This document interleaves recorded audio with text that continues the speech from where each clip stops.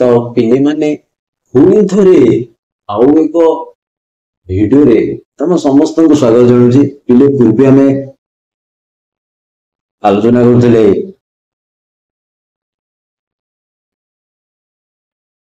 109 number पृष्ठ को देख।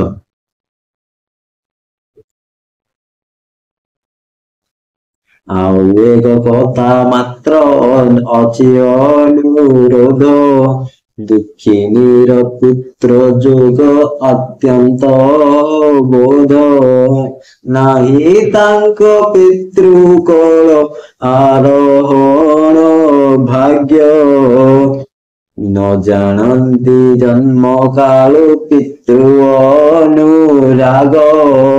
पुणी कहते कथा कहते तापरे फेरी आसीचंती दुई पुत्रों कतिक कहते आउ एक अनुरोध देखिले आउ एक अनुरोध अच्छी आउ एक कथा आउ गोटे कथा आमर अनुरोध अच्छी मते तो भिक्षा मागुती देवे जणे देवे यही ज्ञान टिके एवं आउ गोटे अनुरोध अच्छी रक्षा करिवो कौन ना ए दुखिनी पुत्र ए सीता जी निजको कौन करिसंती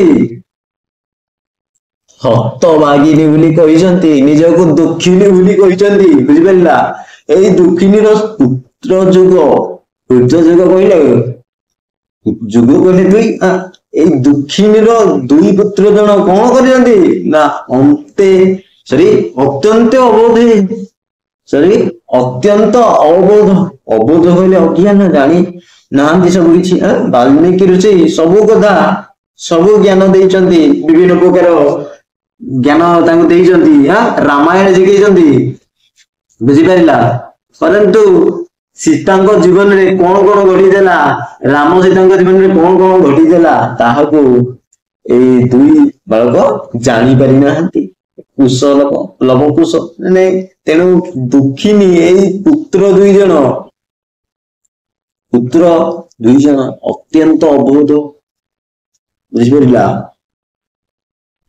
अत्यंत अज्ञान एवं छोट बालक देन नाही तांक पितृकोल आरोहण भाग्य तांके नाही तांके भाग्य तांको भाग्य रे नाही कौन पितृकोल आरोहण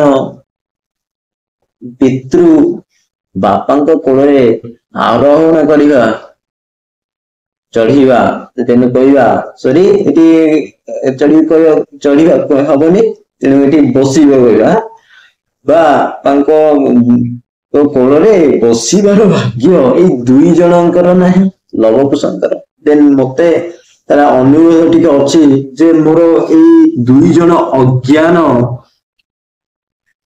बा ए दुई जन अबोध पुत्र दुई जनकर जो पितांकर उपरे बा पितांक कोଳରେ बसिबार भाग्य नाही देन न जानती जन्म कालु पितृ अनुराग बुझिपारा। एवं ये दुई जन जन्म समय जन्म काल पितृ माने बापांको कोଳରେ बापांको अनुराग बापांको स्नेह जानी नाहंती एई मोर दुई अज्ञान शिशु बापांको कोଳରେ बसिबार भाग्य मानकर नाही एवं बापांको स्नेह पाइबार भाग्य जन्म कालु एमानंको भाग्य रे जुटी नाही एवं तापरे कोन कहउछन्ती देखबिले जानी छंती जननीर जीवन कंदाई बीणा तंती सहकारे रामायण गाई किए न कांदिब बही मानव हृदय तरुलता चय जई हुअंती अथय कहउछन्ती कोन कुशलव लवकुश दुई पुत्र जुग मोर ए दुई पुओ परंतु कौन करछन्ती तांके भाग्य रे पितृ कोळे बसैबार भाग्य तांके नाही तांको जन्म कालु से एमानक स्नेह कोन जानि नांती परंतु कौन कहछन्ती ए जननी ए मार ए ମାତୃ ହୃଦୟକୁ ସେମାନେ ଖାଲି କନ୍ଦେଇ ଜାଣନ୍ତି। କନ୍ଦେଇ ଜାଣନ୍ତି, ଜାଣିଛନ୍ତି ଜନନୀର ଜୀବନ କନ୍ଦେଇ। ବୁଝିପାରିଲା? ଜାଣିଛନ୍ତି ଜନନୀର ଜୀବନ କନ୍ଦାଇ। ମତେ ଖାଲି ସବୁ ସମୟରେ ଖାଲି କନ୍ଦଉଛନ୍ତି, କାହିଁକି ନା ଯେବେ ଠାରୁ ବାଲ୍ମୀକି ତାଙ୍କୁ ରାମାୟଣ ଶିଖେଇଲେଣି, ରାମାୟଣକୁ ଯେତେବେଳେ ଗାଉଛନ୍ତି ତାହା ଶୁଣି ମୁଁ କାନ୍ଦୁଛି। କେମିତି କାନ୍ଦୁଛି ନା ବୀଣା ତନ୍ତୀ ସହକାରେ ରାମାୟଣ ଗାଇ।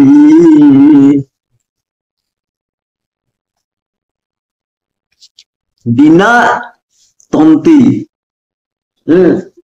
ବିନା ତନ୍ତୀରେ ସହକାରେ କହିଲେ ବିନା ସ୍ୱର ସହିତ ସ୍ୱର ମିଳାଇ, ବିନା ତନ୍ତୀ ବାପାଙ୍କର ସ୍ୱର ସହିତ ସ୍ୱର ମିଳାଇ ରାମାୟଣ ଯେତେବେଳେ ଗାଉଛନ୍ତି, ଏଇ ମାତୃ ହୃଦୟ ଆଜି କମ୍ପୁଛି ବା ଏଇ ମାଇ ଏଇ ହୃଦୟ ଆଜି କାନ୍ଦୁଛି। ନା ଯେତେବେଳେ ଅତୀତରେ କଥା ମନେ ପଡିଯାଏ ପୁଣି କାନ୍ଦି, ପୁଣି କାନ୍ଦ ସୃଷ୍ଟି ହୁଏ।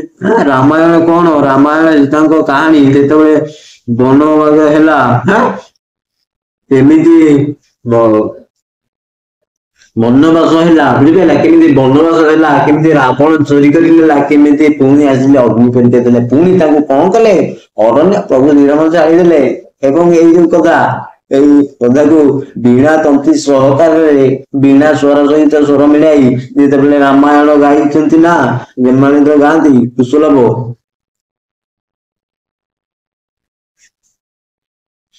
ଏଇ ଜନନୀର ସରି ଏଇ ଜନନୀର ହୃଦୟ ଖାଲି କାନ୍ଦେ। କାନ୍ଦିବନି କାହିଁକି? କାନ୍ଦିବନି ବା କାହିଁକି କହୁଛନ୍ତି? ଦେନ୍ କିଏ ନ କାନ୍ଦିବ ବହି ମାନବ ହୃଦୟ। ମାନେ ମଣିଷ ହୃଦୟ ଯିଏ ବହିଛି, ଯିଏ ମଣିଷ ସରି ତାର ଗୋଟେ ମଣିଷ ହୃଦୟ ଅଛି, ବୁଝିପାରିଲା? ଯାହାର ଗୋଟେ ମଣିଷ ହୃଦୟ ଅଛି ସେ ନିଶ୍ଚୟ କାନ୍ଦିବ। କାହିଁକି କାନ୍ଦିବ? ନା କାରଣ ତରୁଲତା ଜୟ ଜହିଁ ହୁଅନ୍ତି ଅଥୟ।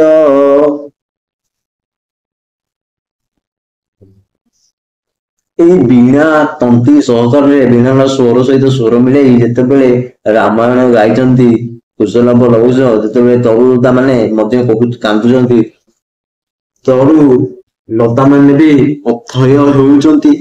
ତାହେଲେ ମୁଁ ତ ମଣିଷ ହୃଦୟଟେ ବହିଛି, ମୋ ତ ମଣିଷ ହୃଦୟଟା ଅଛି, ତାହେଲେ ମୋ ହୃଦୟ କଣ କାନ୍ଦିବନି? ଏଇ ତୃତୀୟ ଦୁଇ ଜଣ ମତେ ଖାଲି ଜୀବନୀ ବା ମୋର ଜୀବନ କନ୍ଦେଇ ଜାଣିଛନ୍ତି, ବୁଝିପାରିଲା? ସେମିତି ଭାବୁଛନ୍ତି। ଆଉ କଣ କହୁଛନ୍ତି ଦେଖ ବୁଲେ ଏଇ ସବୁ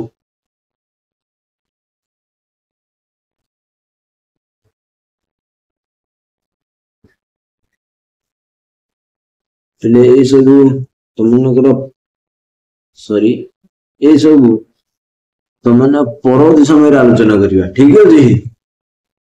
ତାହେଲେ ପିଲେ